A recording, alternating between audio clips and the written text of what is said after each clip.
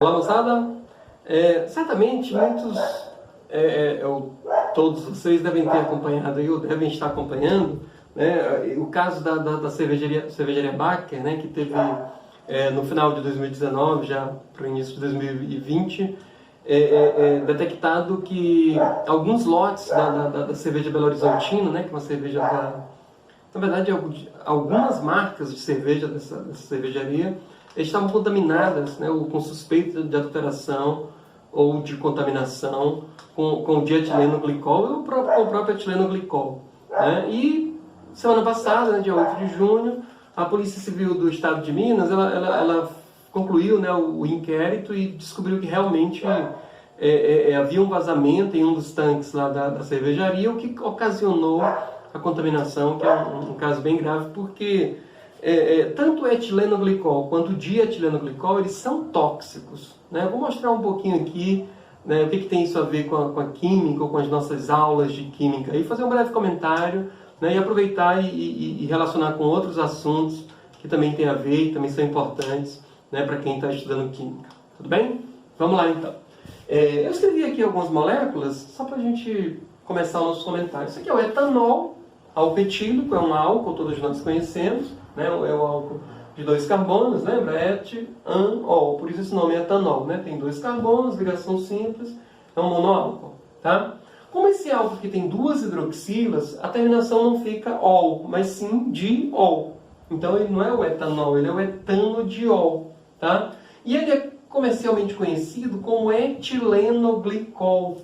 Glicol é o nome que se dá para os diálcoois, tá? A gente chama de álcool, diol ou glicol, tá? Esse aqui eu nem preciso numerar porque são 2 hidroxilas, necessariamente precisa ser uma em cada carbono, por isso nem precisei dizer etan 1,2 diol. Não é errado dizer isso, mas é desnecessário, tá? Já aqui eu precisei numerar, ó.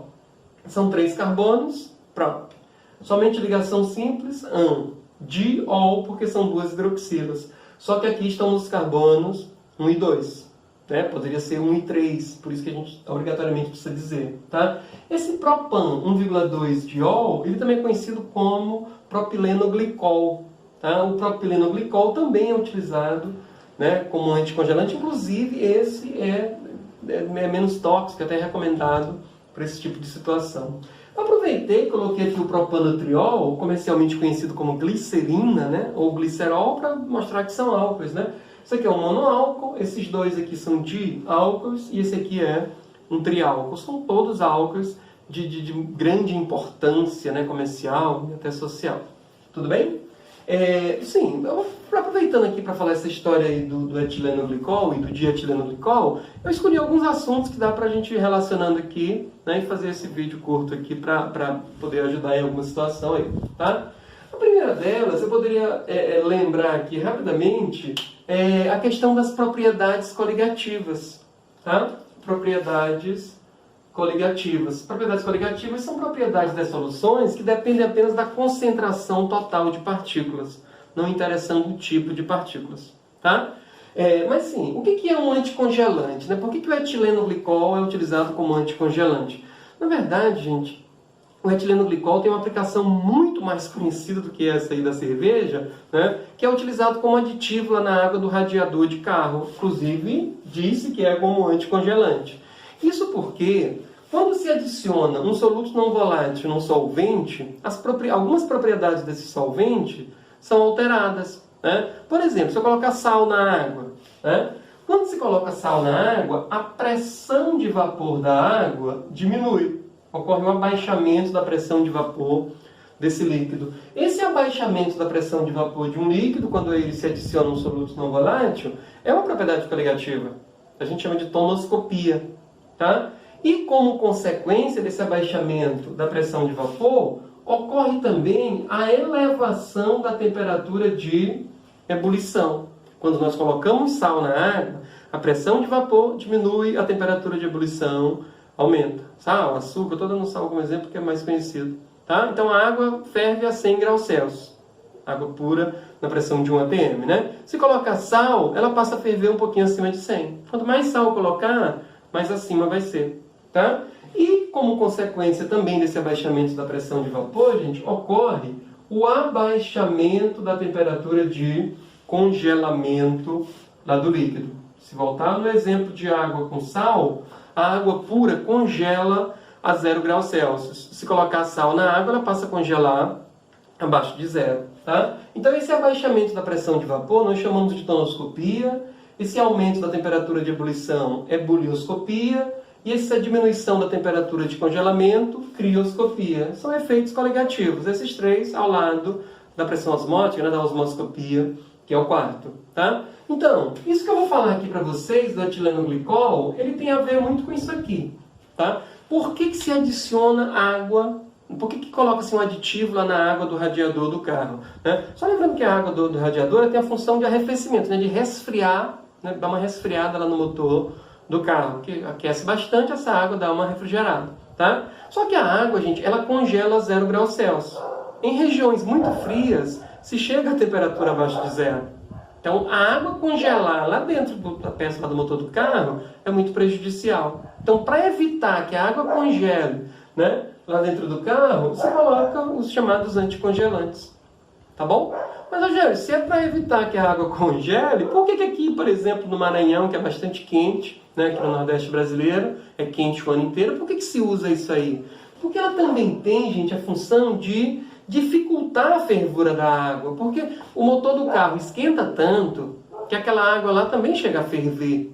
Uma parte dela vaporiza, sai. Então a gente precisaria estar repondo essa água com muita frequência. Se a gente adiciona esse líquido, né, para arrefecimento também, né, o etilenoglicol é o mais usado, o dietilenoglicol também é usado para isso.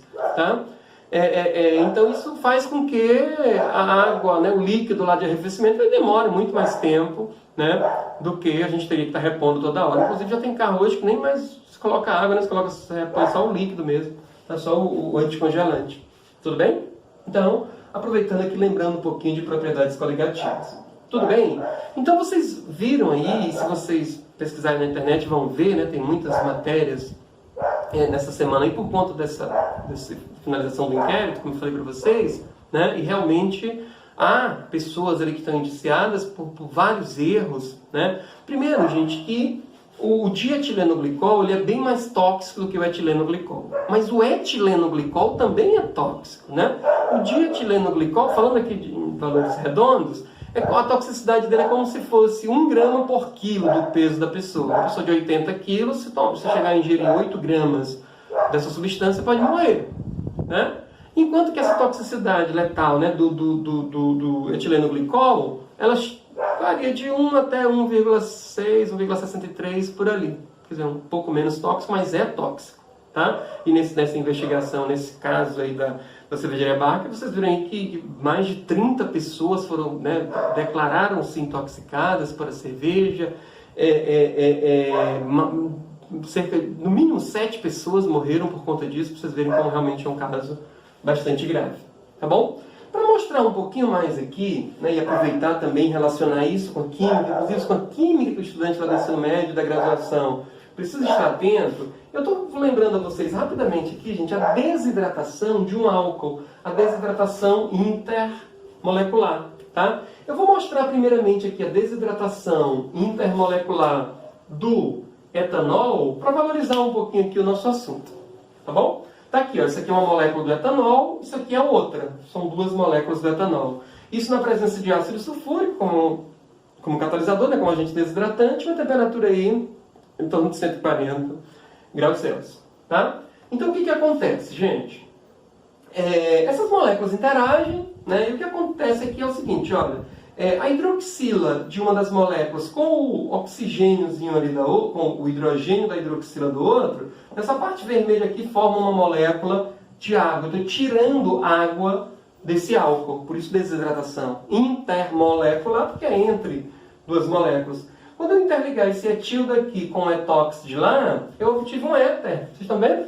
Esse éter bem aqui, né, que talvez alguns até estejam lembrando aí o nome dele, que é o etox etano, né, ou éter etílico ou éter dietílico, esse que é o éter comum, esse éter aí que se usa em laboratórios, em hospitais, tá? Esse éter também é chamado de éter sulfúrico, exatamente aqui por conta da utilização do ácido sulfúrico como agente desidratante. tá bom? Gente, de maneira semelhante, se isso acontecer com o etilenoglicol, vejam que eu peguei aqui 2 moléculas de etilenoglicol, tá? Tá aqui a hidroxila da primeira, tá ali a hidroxila da segunda. Eu poderia tirar daqui uma água e juntar o resto. Quando eu fizer isso, eu obtive ali a molécula do dietilenoglicol. Veio que o dietilenoglicol é obtido a partir, né, do etilenoglicol por essa reaçãozinha aqui, tá? Que a gente fala que é uma reação de desidratação intermolecular, na verdade uma reação de eliminação, né? Mas também em outro momento a gente pode chamar isso de uma reação de polimerização. Inclusive a gente pode pegar, ao invés de 2 moléculas desse de álcool, 3, 4, 5, e vai dar algo parecido com isso aqui, tá? É como se eu dissesse para vocês o seguinte, olha gente, esse pedacinho bem aqui, ele parte a repetir, como se eu tivesse N pedacinhos desse, tá? A gente até diz, né? Quando esse N é igual a 0, eu tenho etilenoglicol. Quando esse N é igual a 1, o dietilenoglicol. Se tem 2, trietilenoglicol, tetra, enfim, polietilenoglicol, que é até um medicamento, né, que se usa, que é uma espécie de polímero desse glicol, é usado até como laxativo, tá? Polietilenoglicol, é assim que ele é conhecido mesmo. Tudo bem? Então, esse é o dietilenoglicol. E esse aqui é o etilenoglicol, que são as 2 substâncias que estão aí no foco, né? Inclusive, a cervejaria Baca, em sua defesa, originalmente, dizia que não usava o dietileno, mas sim o etileno. Só que no inquérito foi descoberto que havia um furinho lá, né? Porque a ideia de usar esse refrigerante, né, esse líquido como refrigerante lá para refrigerar lá no processo da cerveja, né? Esse líquido não entra em contato com a cerveja, não. Né? Tem lá umas serpentinas, onde esse líquido, a serpentina está dentro desse líquido, a cerveja passa por dentro da serpentina, por dentro dos tubinhos. Só que lá tinha um furinho num dos tubos, né? E acabou que o dietilenoglicol passou para dentro da cerveja, realmente contaminou a cerveja. E aí é indiferente. Não poderia ser nem o etilenoglicol, tá? Poderia ser, por exemplo, o propilenoglicol. Esse é recomendado, né, pelo Ministério da Agricultura. Tá? O propilenoglicol pode ser, o próprio etanol, né, o álcool que eles costumam chamar de álcool potável, né, que é o álcool obtido mesmo diretamente da agricultura, né, o álcool 96 graus GL. Tá? Poderia se usar uma salmoura, água com sal, só que alguns são menos eficientes, outros mais caros. Por isso que eles preferiram aí utilizar o etilenoglicol ou o dietilenoglicol. Mas tanto fazia um ou outro, as pessoas iriam morrer ou se intoxicar do mesmo jeito. Tá bom? Normalmente, as pessoas que foram intoxicadas com etilenoglicol, gente, eles têm problemas seríssimos em várias partes do organismo, inclusive nos rins, né? E aí a gente já poderia analisar uma outra coisa, tá? O etanol, álcool etílico, esse é o álcool das bebidas alcoólicas, tá, gente? Dizer que uma cerveja tem em torno de 4 a 5% de álcool, esse álcool é o etanol, né? Um uísque tem em torno de 39, 40, até 43% de álcool, é o etanol, tá? Na verdade, quando uma pessoa toma bebida alcoólica, algumas pessoas costumam sentir dor de cabeça, né, chamada ressaca. O que causa ressaca não é o álcool propriamente, mas já é um produto da oxidação dele. Porque o etanol oxida-se e forma o etanal, aldeído, né? Aldeído etanóico, aldeído acético. Esse sim já é prejudicial para as pessoas, por isso que causa isso. Então, de maneira análoga, o que acontece? Isso aqui é o etilenoglicol, tá? Lá no organismo da pessoa, certamente essa substância foi oxidada. E aí formou aqui um aldeído, né? Um dialdeído, aldeído etanodioico, aldeído oxálico. Esse é tóxico, é prejudicial. Só que ele também se oxida, né? Porque tinha em grande quantidade, então a maior quantidade se oxidou. E aí formou o ácido oxálico, tá? Essa substância aqui é conhecida como ácido oxálico, o ácido da vinagreira, né? Então, os sais do ácido oxálico, na verdade, o ânion do ácido oxálico é isso bem aqui, ó. É o oxalato, tá? E, por exemplo, se esse ânion oxalato se junta com o cálcio que tem no organismo da pessoa, né? Formou aqui o oxalato de cálcio. O oxalato de cálcio é um sal insolúvel e que, portanto, não vai ser eliminado, por exemplo, pela urina, né? Ele vai acabar acumulando ali nos rins e forma literalmente uma pedra, né? Uma rocha ali, que é a pedra, chamadas pedras nos rins, né? Certamente as pessoas tiveram sérios problemas renais, tá? Eu não vou entrar em detalhe aqui, gente, mas como são 2 hidroxilas, Eu poderia ter, por exemplo, oxidado uma hidroxila. Então, uma das hidroxilas viraria carbonila, a outra ficaria hidroxila, tá? Então, eu teria aqui um misto de aldeído com álcool, né? Que seria um aldeído, mas a gente chama isso, inclusive, por conta do etilenoglicol, né? Do glicol, se chama aldeído, glicoaldeído, aldeído glicólico, né? Ácido glicólico, se chegar até no ácido carboxílico. Tem uma carboxila, a hidroxila foi oxidada, a outra não. Tá? Isso também tem funções no organismo, né, e podem ser prejudiciais. Tudo bem? Então vejam, gente, como um assunto aí super da atualidade, né, que tem relação com a química e, na verdade, com várias partes da química. É lógico que eu não estou aqui dando aula de reações orgânicas, eu não estou aqui dando aula de propriedades coligativas, né, eu não estou dando uma aula para vocês sobre álcools. Não coincidentemente, essas substâncias, né, tem muito a ver aqui com álcools. Tá? Na verdade, eu estou comentando um assunto da atualidade, isso aconteceu agora, né? Inclusive foi matéria jornalística durante o domingo, né, passado, e muitos de vocês certamente assistiram. Tá? São coisas, né, são situações que estão ocorrendo aí no nosso dia a dia, mas que é química. Né? Afinal de contas, viver é química. Química é fácil.